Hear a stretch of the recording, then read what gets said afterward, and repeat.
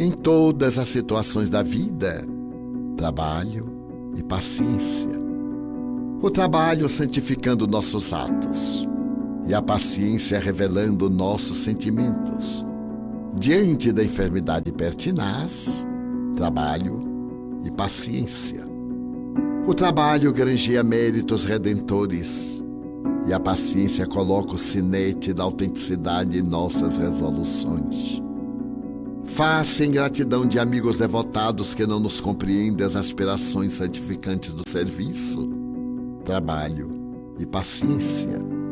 O trabalho conceder-nos-á o atestado inequívoco dos propósitos superiores e a paciência falar-nos-á mais alto sobre as nossas legítimas aspirações. Considerando os propósitos malévolos que em vigilância esparzem ante os nossos pés, trabalho e paciência. O trabalho modifica a face negativa das coisas e a paciência, semelhante à lixívia do tempo, aprimora contornos e arranca da estátua o ideal de vida. O trabalho é mensagem de Deus e a paciência é virtude dos anjos, lembrando-nos dele o divino pomicultor, que até hoje trabalha pacientemente pela transformação da terra e do homem.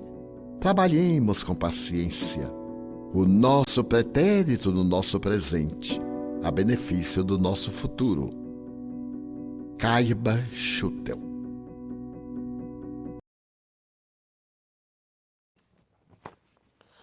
O tema para a reflexão de hoje é o capítulo 21 do Evangelho segundo o Espiritismo. Haverá falsos cristos e falsos profetas. Em Lucas, no capítulo 6, versículo 43, está escrito que conhece-se a árvore pelo fruto. A árvore que produz maus frutos não é boa. O homem bom faz o bem, tira boas coisas do tesouro do seu coração. E nos informa que a boca fala do que está cheio o coração. Tem uma advertência em Mateus, no capítulo 7, versículo 15.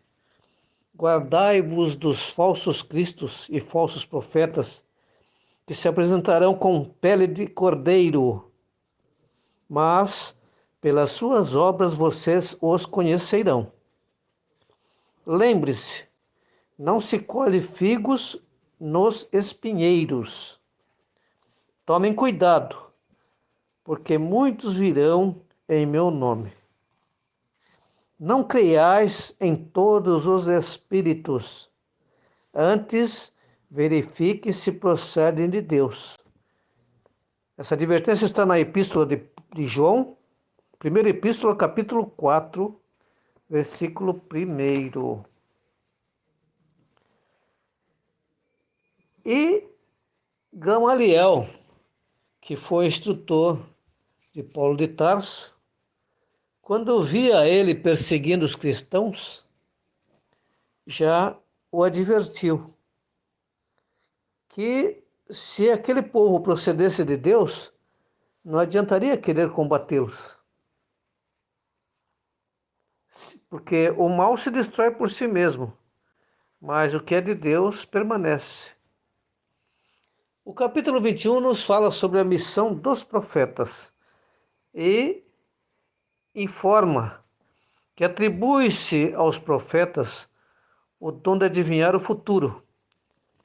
O povo antigo tinha uma visão de que profeta adivinhava, fazia predição.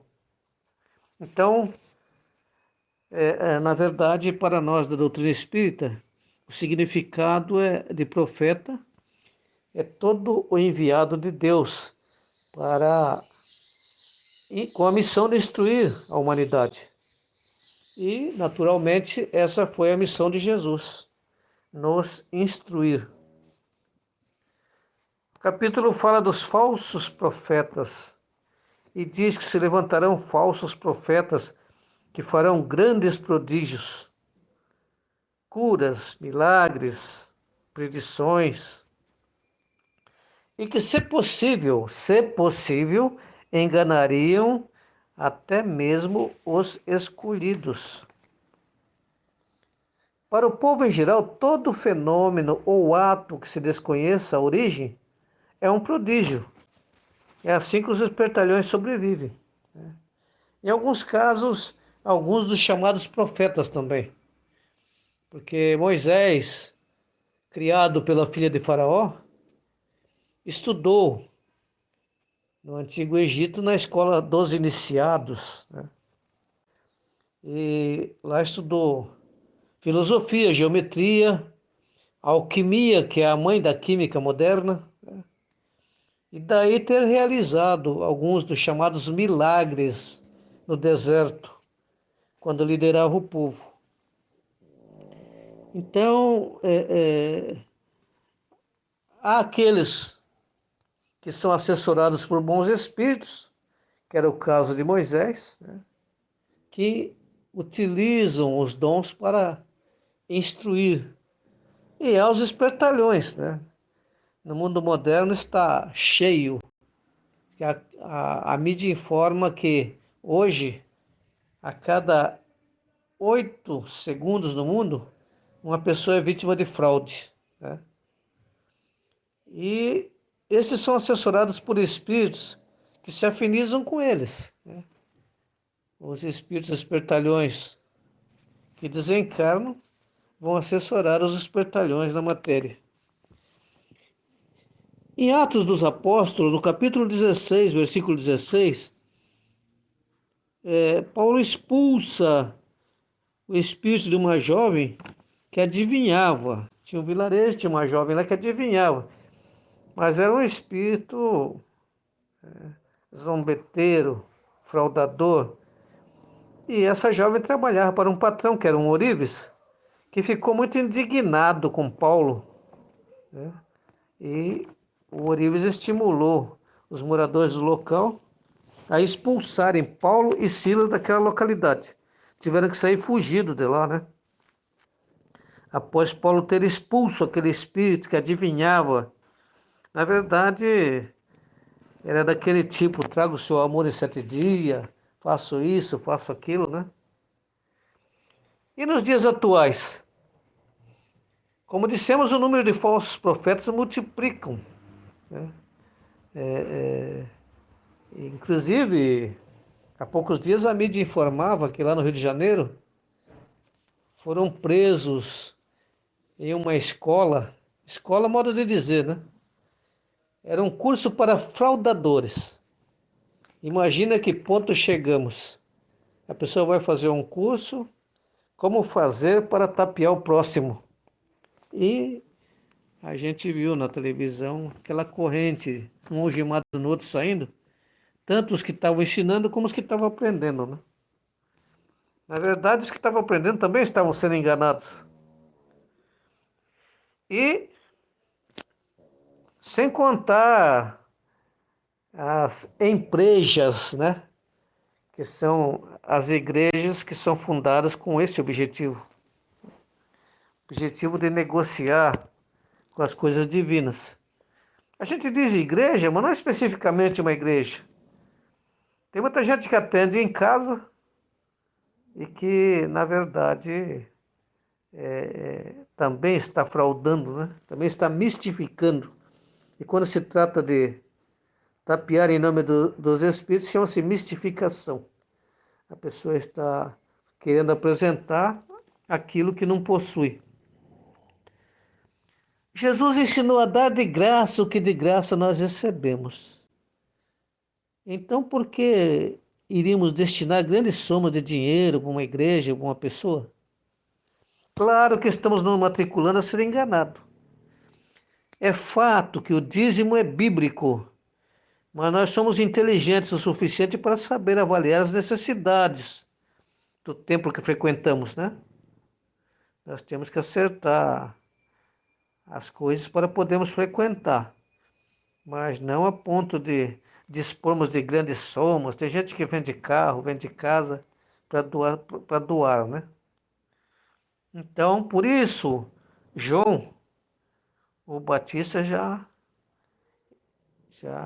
ensinava: não creiais em todos os espíritos, antes verifique se procedem de Deus, né?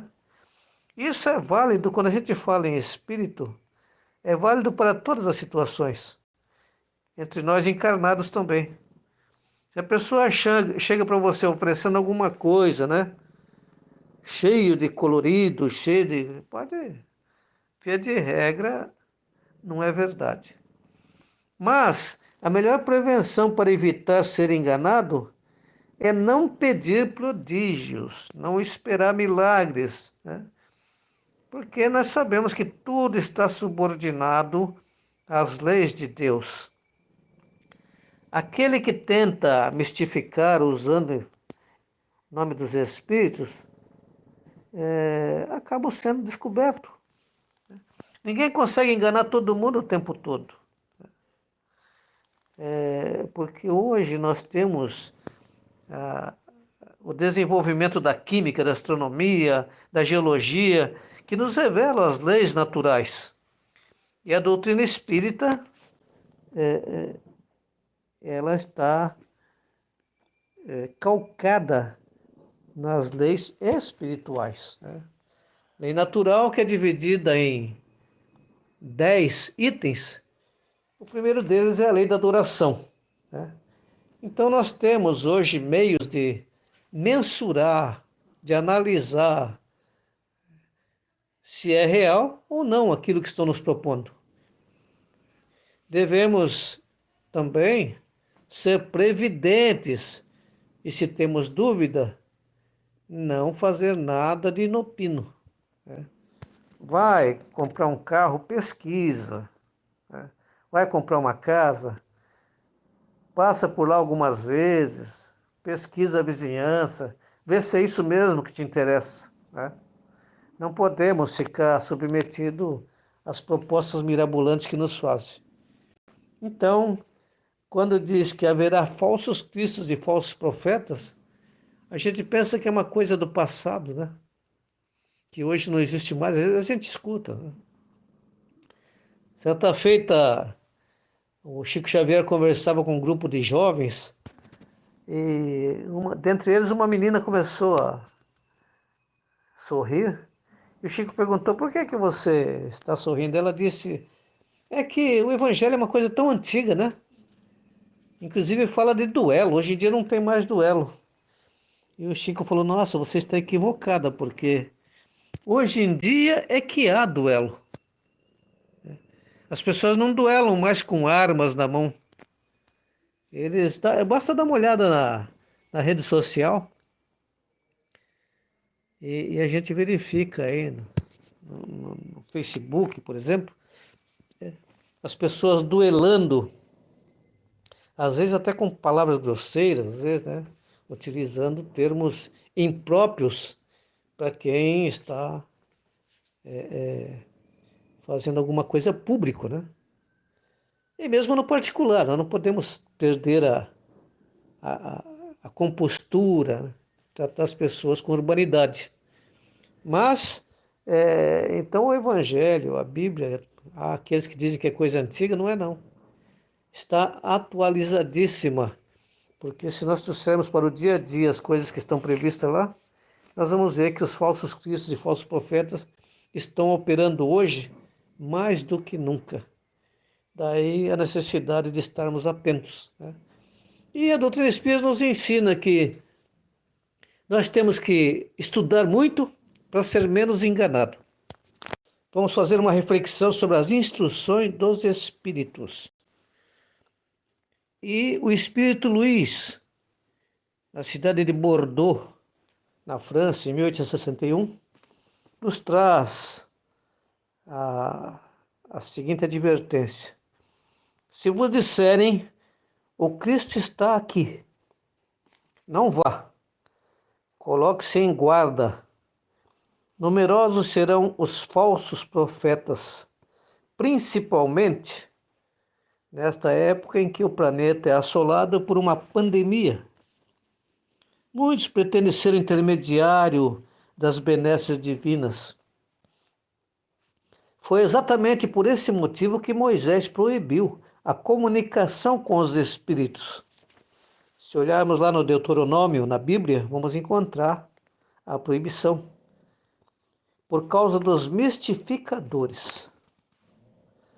Aqueles que saíram do Egito e tinham dons espirituais, mas estavam sofrendo no deserto, procuravam, através da mediunidade, sobreviver sobre os outros, se impor sobre os demais. E Moisés, percebendo isso, proíbe a comunicação com os espíritos. São enviados de Deus aqueles que praticam o bem. E o bem é dar de graça o que de graça recebeste. Desconfiai dos fariseus modernos que usam palavras bonitas para tentar convencer, mas não apresentam obras e se arvoram detentores da verdade. Não, diz este Espírito Luís, em 1861, não, o Cristo não está entre eles. Fujam de tudo que demonstra um átomo de orgulho. Aqueles que servem com Jesus são humildes de coração, são modestos. Via de regra, nem sabe que são enviados de Deus. Fazem o bem pelo bem, porque se sentem bem.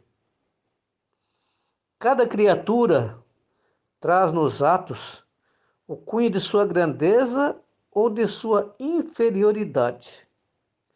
Afastai-vos de tudo que possa travar a sua marcha para o objetivo maior, que é o caminho da luz. Nós, enquanto espírito, temos necessidade da luz, assim como a planta tem necessidade da fotossíntese. Seja a vossa divisa o progresso moral e espiritual. Caracteres do verdadeiro profeta. Diz a lição: desconfiai dos falsos profetas. É útil em todos os tempos essa recomendação de Erasto, em 1862, em Paris.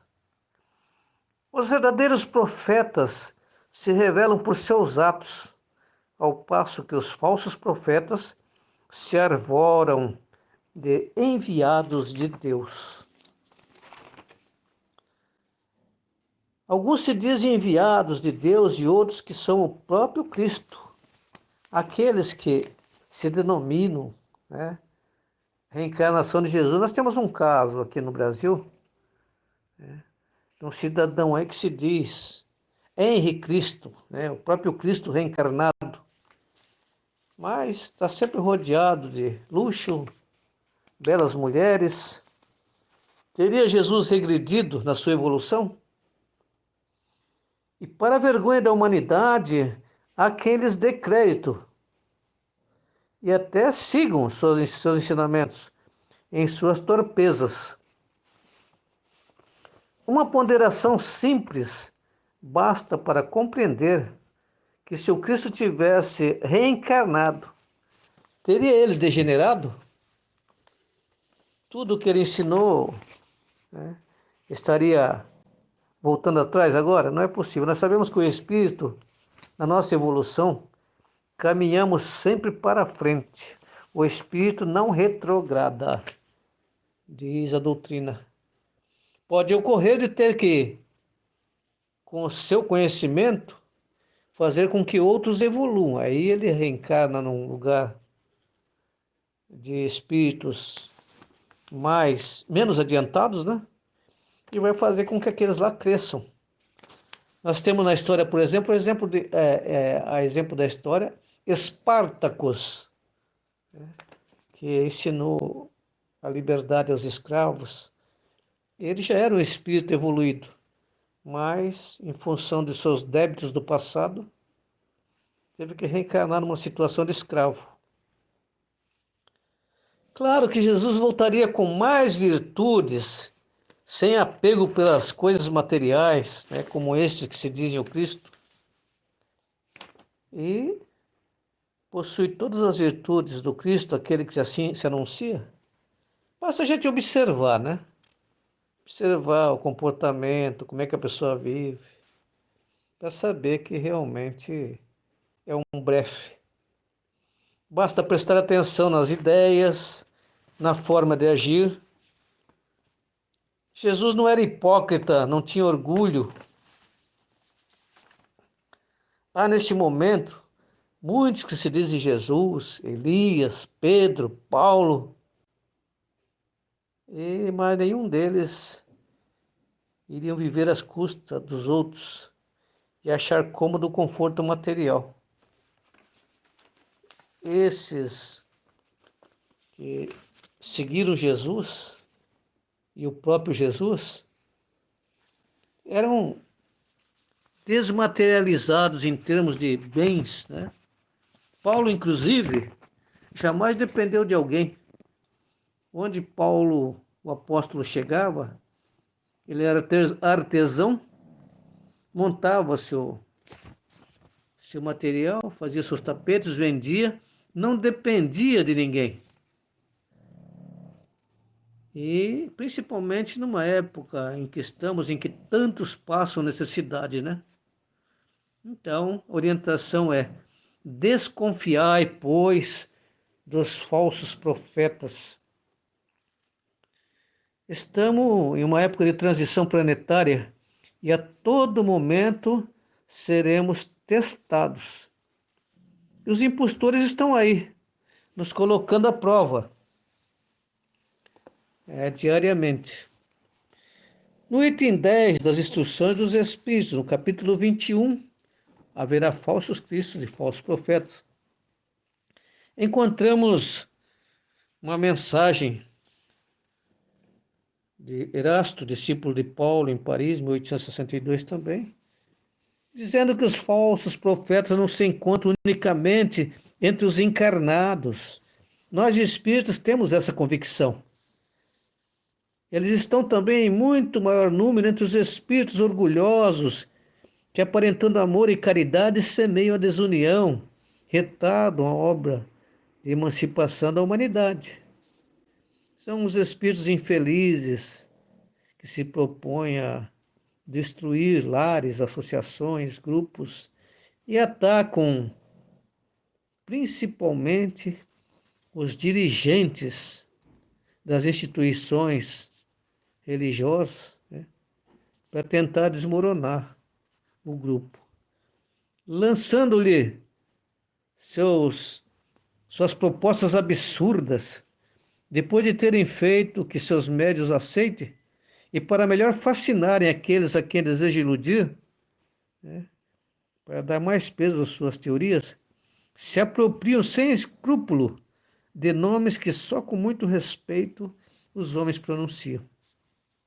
São eles que espalham o fenômeno, o fermento do antagonismo entre os grupos, que impele a isolarem-se uns dos outros e olharem-se com prevenção. Então, nós que fazemos parte de uma casa espírita em prol de uma causa espírita, temos que estar atento para essas coisas, porque de vez em quando surge uma dissensão, uma forma de fazer com que as pessoas se espalhem, né? Lógico que isso cumpre também um propósito superior, porque o próprio Kardec ensina que é melhor termos 5 centros com 20 pessoas do que um centro com 100 pessoas. Há público para tudo, né? Então não há que ter concorrência entre as casas espíritas. Mas esses espíritos inferiores espalham o fermento do antagonismo, né? E às vezes a gente vê discussões inócuas sobre quem é o melhor. Jesus ensinou quem é o melhor. Melhor é aquele que serve. Há, porém, muitos outros meios de serem reconhecidos, espíritos da categoria em que se dizem achar-se de ser não só o que são, como também eminentemente devemos racionar, né? As propostas que nos chegam, mesmo na casa espírita, por vezes vêm certas propostas para a gente. Por que vocês não põem um uniforme assim, ou assado, ou no enfeito desse jeito, ou aquele, a casa para atrair mais pessoas? O Espiritismo não faz proselitismo. Então nós temos que novamente retornar ao ensinamento do João Batista. Não creiais em todos os espíritos, antes verifique se procede de Deus. É útil aquilo que está propondo? Vai ser bom para a coletividade? Então devemos analisar. Toda casa espírita tem uma diretoria que deve discutir as coisas que realmente interessam e que são importantes para o público, né? E não ficar se imiscuindo nessas coisas. E concluindo, tem uma lição de Jeremias, né, falando sobre falsos cristos e falsos profetas, dizendo que no final dos tempos os anciãos iam ter sonhos. Jeremias, no capítulo 23, 16, tá lá. Bom, os anciãos vão dizer: sonhei, tenho sonhado, né? Os jovens terão vidência. E realmente isso acontece sobejamente. Entretanto, há que se analisar. A mensagem é útil? Trouxe alguma coisa de novo, de importante, que merece ser destacado?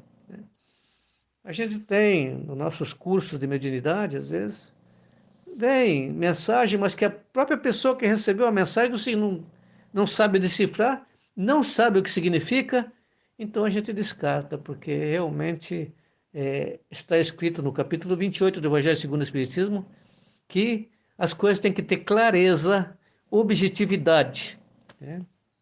Então, essa é a proposta desta oportunidade para nós, do estudo do capítulo 21, que é bastante extenso, mas temos que cumprir um tempo. Agradecemos a oportunidade, rogando a Jesus as bênçãos sobre nós, para que possamos continuar na tarefa de sermos úteis, né? Sermos servidores com Jesus. Muita paz a todos.